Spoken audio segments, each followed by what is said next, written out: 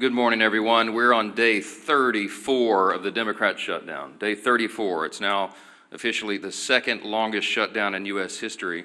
And we wanted to just have a simple exercise with you this morning to go through just a couple of important facts. There is such a staggering amount of gaslighting and false information that Democrats are engaging in right now. And so we thought it would be useful to just this morning, in a very brief and concise manner, separate fact from fiction. So I'm just going to go through 4 false claims that you have heard over and over and over, and just explain once more what the simple truth is.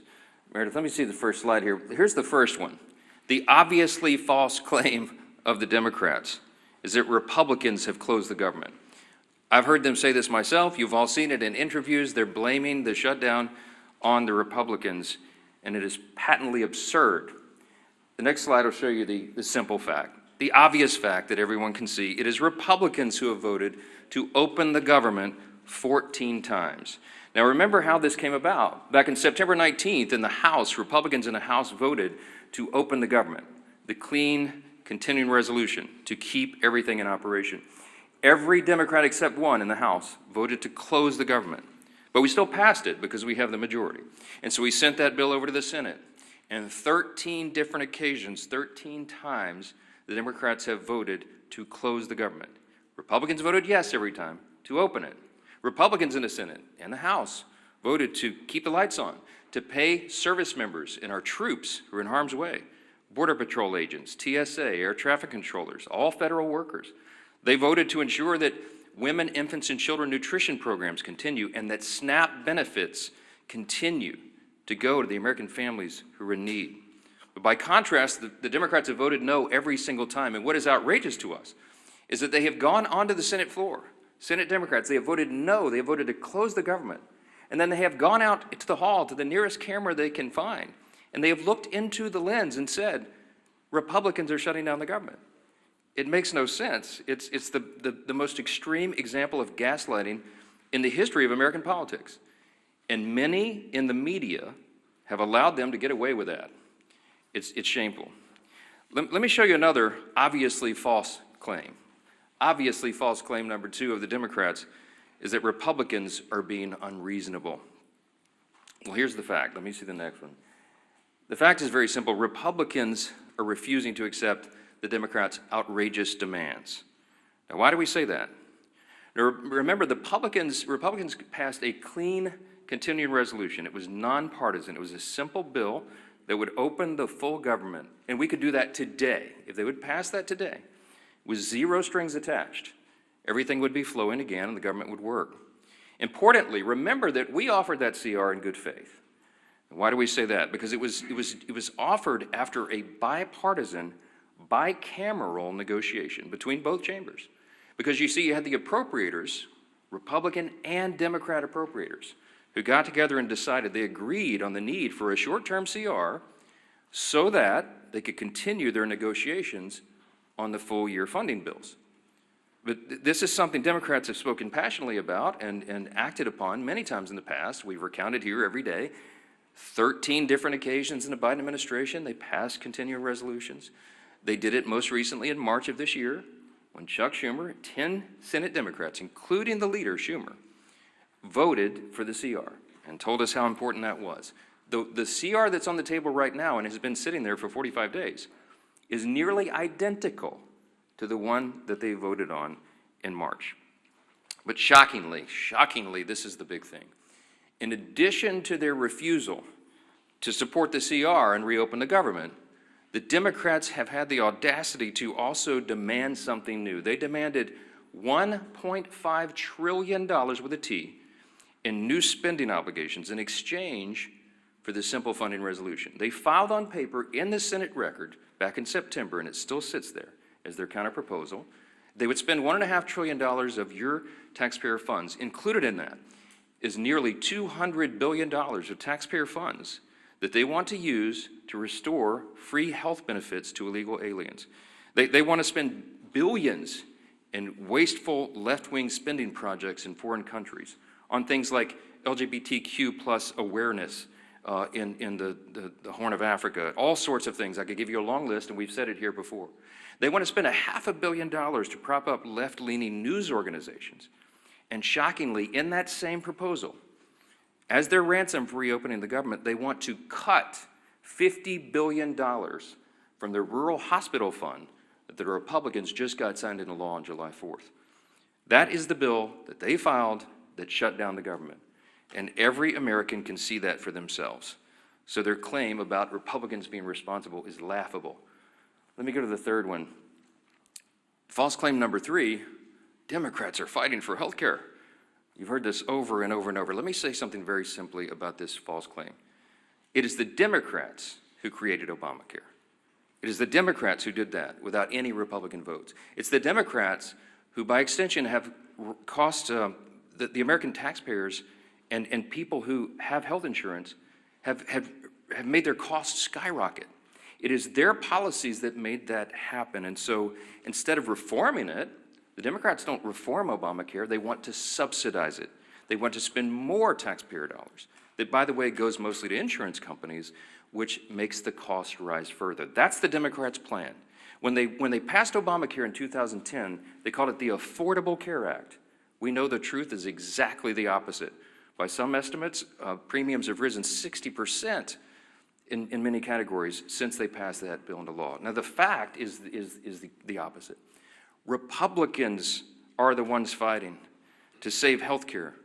Why? It's not just talking points to us. We do this. We have ideas, and we have already implemented ideas and measures to reduce costs, increase access and quality, and eliminate fraud, waste, and abuse. Now, why do we say it's not just a talking point? Why do we say the Republican Party is the only one advancing common sense reform solutions? Because we've proven it. We did that in the big, beautiful bill, the Working Families Tax Cut. We took a look at Medicaid, and we took on that challenge. We took action to reduce fraud, waste, and abuse in Medicaid. We got able-bodied young men without dependents off the program. We got illegal aliens off the program, and we saved $185 billion just to start. We got millions of ineligible enrollees off the program, and it preserved it. It strengthened Medicaid for the people who rely upon it, which is the elderly, disabled, and young pregnant women, as we always use as an example. No, it's not about health care. That is a false claim, and everybody knows it. Everyone in America, and certainly everybody in this room, understands that this is about something else. What this is about fear. The Schumer shutdown was never about health care. That's a distraction. It's a red herring, as we used to say in debate club. Okay, this is about fear. And what is the fear? The resolution on the COVID-era Obamacare subsidy issue was always going to be slated for debate in October, November, and December. Everybody knows that, and every Democrat knows that. It's an issue that's too complex to be solved on a short-term funding measure like a CR. They know that very well. This is about fear. Everybody in the country is watching the elections that will happen tomorrow. You got big elections in New Jersey and Virginia, the governor's races and attorney general's races, et cetera. But all the attention is focused primarily on New York City. Why? Because the fear that Mamdani and all that he represents will be risen to power, that he'll be elected the mayor of America's largest city, the once cradle of capitalism, that we're going to have a Marxist, a communist running the largest city. Now this terrifies the establishment old guard Democrats in Washington. And the leaders of both chambers are among those most terrified. They're both from New York. Leader Hakeem Jeffries is the Democrat in the House, and Leader Schumer in the Senate. They're both from New York, and they're terrified. You've watched their actions carefully. Many of you have not reported on it enough. Poor Hakeem Jeffries had to ultimately, finally, he was forced to endorse Mamdani.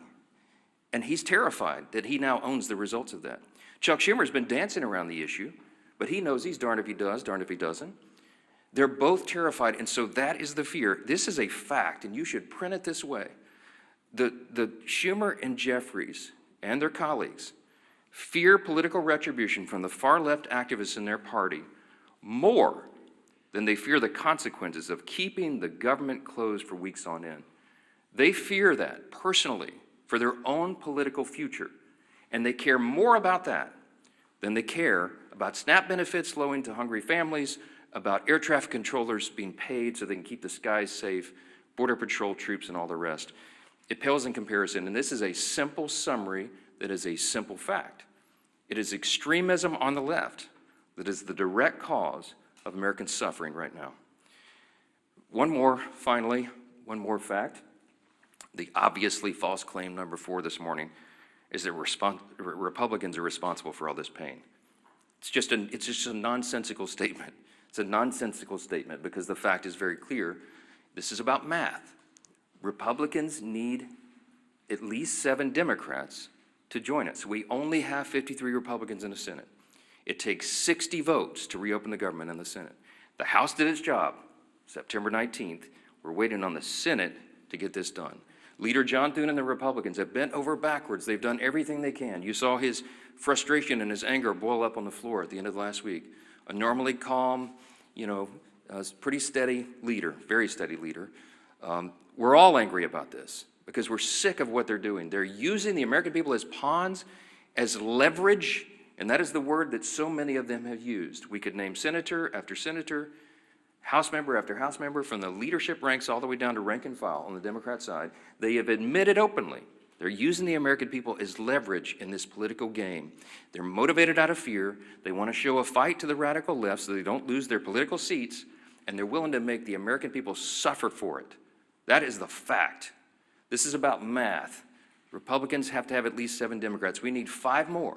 5 more moderate, centrist, common sense people who care more about the constituents they serve and the country that they supposedly serve than their own political futures and the retribution they'll receive from the Marxist, Mandami, communist left in the party if they do the right thing here. I wish these weren't the facts. I take no pleasure in telling you this. It is disgusting to us. But there's no other way to candy coat this, to make it any prettier than it is. So we're now entering the 5th week of this Democrat shutdown, and it's for one reason. Democrats made a deliberate choice to keep the government closed. The shutdown will only end when those same Democrats make a deliberate choice to open it. The entire country is calling and waiting on just 5 more Senate Democrats to come to their senses and do the right thing. We are pleading with them to do so. This is not a game. The solution is sitting right in front of them. Pass the clean CR, end this madness, and open the government. You'll hear next from our majority leader in the House, Representative Steve Scalise. Thank you, Mr. Speaker. As the Democrats continue to impose suffering on the American people, and by the way, that's their term, they've continued to talk about real suffering that they know they're causing. Again, they say to get leverage over what they still can't articulate. But as Democrats continue to impose this suffering, their attempts to mislead the American people are working overtime. The Speaker laid out a number of those statements that Democrats have made over and over again to try to mislead the American people. And it doesn't just end there. Over the weekend, Chuck Schumer tweeted out, quote, "Republicans have done everything in their power to raise your health care costs and kill SNAP for millions of hungry Americans." Now, Chuck Schumer knows good and well what he said there is not only misleading, it's patently false. I tried to give it Pinocchio awards, but I don't want to associate the character Pinocchio with Chuck Schumer in that statement. Let's start with the first half of what he said there. Raising health care costs. Who is the party that's done that? The health care law of the land, and not sure if Chuck Schumer's been updated on the law, but Obamacare is the law of the land in health care. And we can all go look at the votes going back the last 10 years. It's been partisan votes all the way through for Obamacare. They called it, as the Speaker said, they named it the Affordable Care Act. It's been anything but. Costs for families are up over 80% in their premiums because of Obamacare. And what have they tried to do over and over again? They've tried to mask the cost. They haven't tried to work with Republicans to fix it. They've tried to mask the cost, hundreds of billions of dollars of bailouts to insurance companies. not helping families get better options. Democrats have never cared about that. And in fact, when we, as we pointed out multiple times, passed provisions in the working families tax cuts, the cost share reductions, that were scored by CBO to lower premiums by double digits for families. It passed the House, and it was Democrats who worked overtime to get that removed in the Senate. They are still bragging about it today on the Democrat Budget Committee's website, that they removed a provision that would have lowered premiums for families. So who is it that's raising costs for families? Of course, it's been Democrats every step of the way, and the only thing scored by CBO to reduce premiums on families that have passed either house, the Democrats worked overtime to get that removed. The other half of that, he talks about SNAP.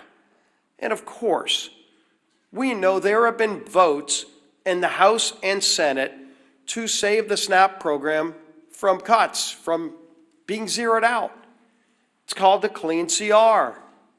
Passed the House with Republican-only votes primarily, with Democrats uniting to try to kill it, but luckily we have the majority in the House, and you go over to the Senate, and we know they have a 60-vote requirement, and Democrats have over and over and over again voted in lockstep with Chuck Schumer to block SNAP benefits.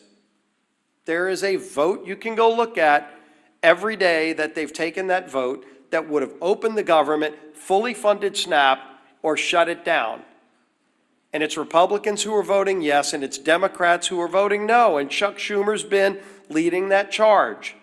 And then he votes no to kill the SNAP program, to create tremendous uncertainty, to create millions of hungry Americans, to use his own word. Chuck Schumer has voted to put those millions of hungry Americans in that situation, and then he walks out to the microphone, as the speaker said, and then he tries to blame it on somebody else.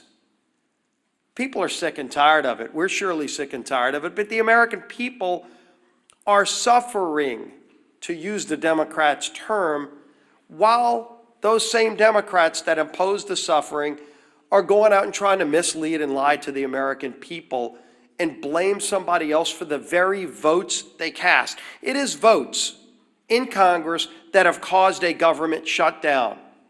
That's why we're here. You either vote yes to open the government or you vote no to keep it shut down. And the votes are public record. And the same people that are voting to shut down the government, to deny food to families, are then walking out and trying to lie to the American people and blame somebody else for their actions. The American people won't have it. The American people will not be lied to. And it's time that Chuck Schumer and his Democrat colleagues end this madness. Let's open the government back up again and get to a negotiation on the differences we have. Our whip, Tom Emmer.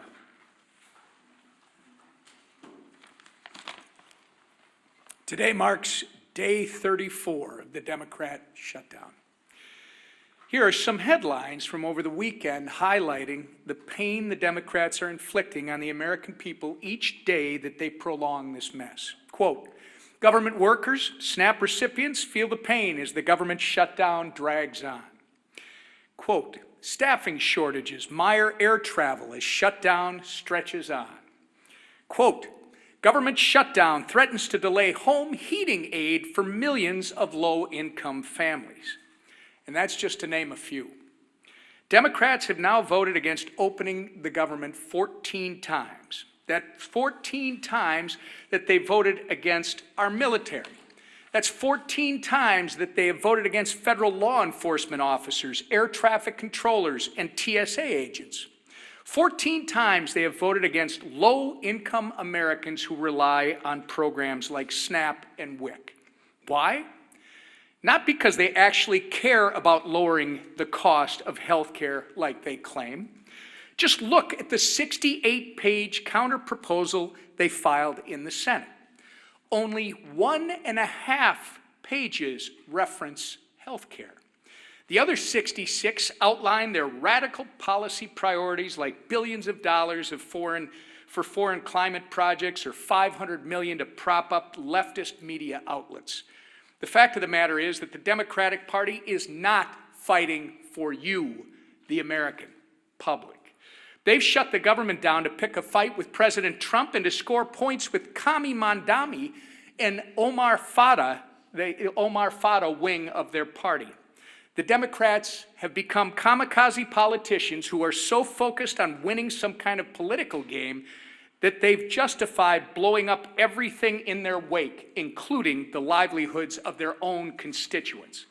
Democrat Senator John Fetterman said it best on CNN yesterday, quote, "We are hurting the very people that we fight for, and now we're getting nothing for them if we continue to keep our government shut down."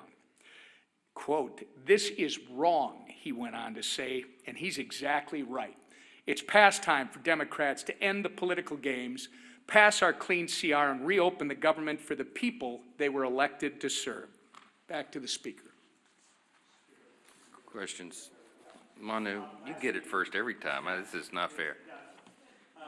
Last week, you came here to these mics, and you were very critical of Joe Biden's use of the auto pen, his pardons. You said you didn't even know who he was pardoning. But last night on 60 Minutes, President Trump admitted not knowing he pardoned a crypto billionaire who pleaded guilty to money laundering. Does that also concern you? I don't know anything about that. I didn't see the interview. You have to ask the president about that. I'm not sure. Yes, ma'am. Last week on Friday, you said that if there had been a way to fund SNAP, that the Trump administration would be happy to do it. Now, two judges have come out saying that it is likely illegal to stop SNAP payments. One is giving the Trump administration until today to make a decision on how to move forward. What have you told President Trump about how you want him to move forward? Well, he and I talked about this quite a bit over the weekend, multiple times. The president is desperate for SNAP benefits to flow to the American citizens who desperately rely upon it. He has bent over backwards, as you know, to get the troops paid, to keep WIC funding going. He's found creative solutions. The SNAP situation, as Secretary Rollins and I explained at the press conference on Friday, has legal impediments to that. It was understood, and we got legal advice, and it made sense to me that the contingency fund and SNAP could not be used unless the underlying funds were flowing. As Secretary Rollins relayed to you, this is pretty commonsensical. The contingency fund is an extra, in layman's terms, it's an extra fund that is there, for example, if you have an unexpected natural occurrence, like a hurricane or something, and SNAP benefits are flowing, but you have a subset of the population that needs additional benefits, then the contingency fund would go. The way we always understood it was the contingency fund could not be used legally if the underlying fund was suspended. And that's what's happened in the CR. The Democrats voted to stop SNAP payments. So you have two courts, two liberal courts, Obama judges, as I understand it, who said, no, that's not right, get them paid. Well, it's more complicated than that, because as you know, it cost over $9 billion to fund SNAP for a month, and we only have, I think it's $5.2 billion in the contingency fund. So you have a big shortfall. So it's not as easy as hitting go send on a computer. You got to go through and recalculate partial payments to the 42 million recipients of the program. That puts a huge burden on states and on the feds to try to figure that out in short order. So what the president said logically was, okay, Your Honor, if you're saying we can do it, I'll go for that, because I want SNAP to go to the people. It's the Democrats that stopped it, not us, so tell me how to do it. Because I have all my personnel here in the office, the legal minds and the number crunchers, and they're trying to figure out how this can be done. Give us some guidance, we're glad to do it. So that's where we are at this impasse right now. As you noted, the president's not appealing the decision. He wants SNAP to be done, but he doesn't see the mechanism to do it. So you have Treasury, you have USDA, you have the other agencies involved that are working overtime, literally around the clock over the weekend, trying to figure out how to do this. But everybody needs to know it's not the full amount, assuming they could get this done and processed. The court acknowledged, thanks to the president, for saying that they wanted to do it. Everybody's on the same page here. We just don't know how. It's unprecedented. This has never happened before in this way. And so we're hopeful. But I would just say this, looping us back to how we began, the easiest way to get full SNAP payments to everybody who's eligible is for the Democrats to come in here and vote to reopen the government on a clean, nonpartisan CR. It's a game that's being played and real people are being hurt, and the administration gets all sorts of accolades and appreciation from us for bending over backwards trying to make sure people are not feeling the pain and that the harm is mitigated as much as possible. Yes, sir. Do you agree with President Trump that now is the time to get rid of the Senate filibuster? He's saying it's just gone on too long. Let's use a nuclear option. So I talked talked to the president multiple times over the weekend, I mentioned, and of course the filibuster came up.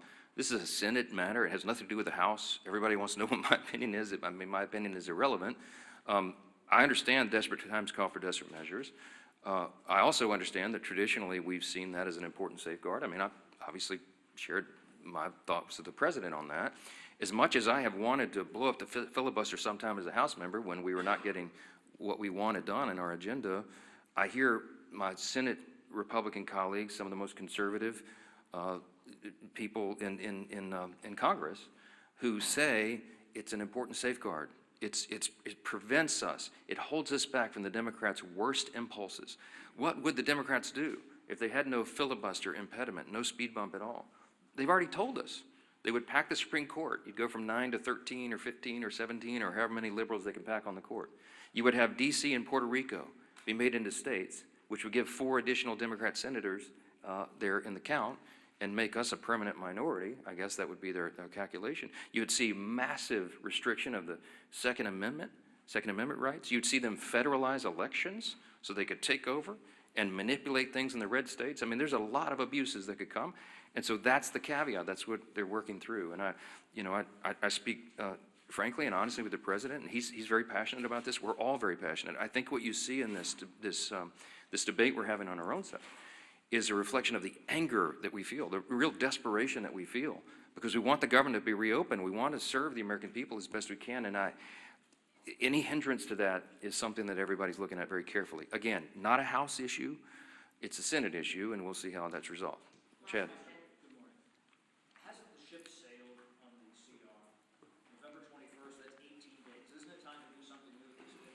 We're very mindful of the calendar. We're very frustrated by that. It's part of the reason we're so angry about this, because they're eating up the clock, and the Democrats know how much more we have to do here this year. But we cannot do it if the government's not opened and not serving the people. And so this is a very important matter. It's something that we're giving all of our attention to. Our leaders will go and meet on the calendar right now. We watch it every day.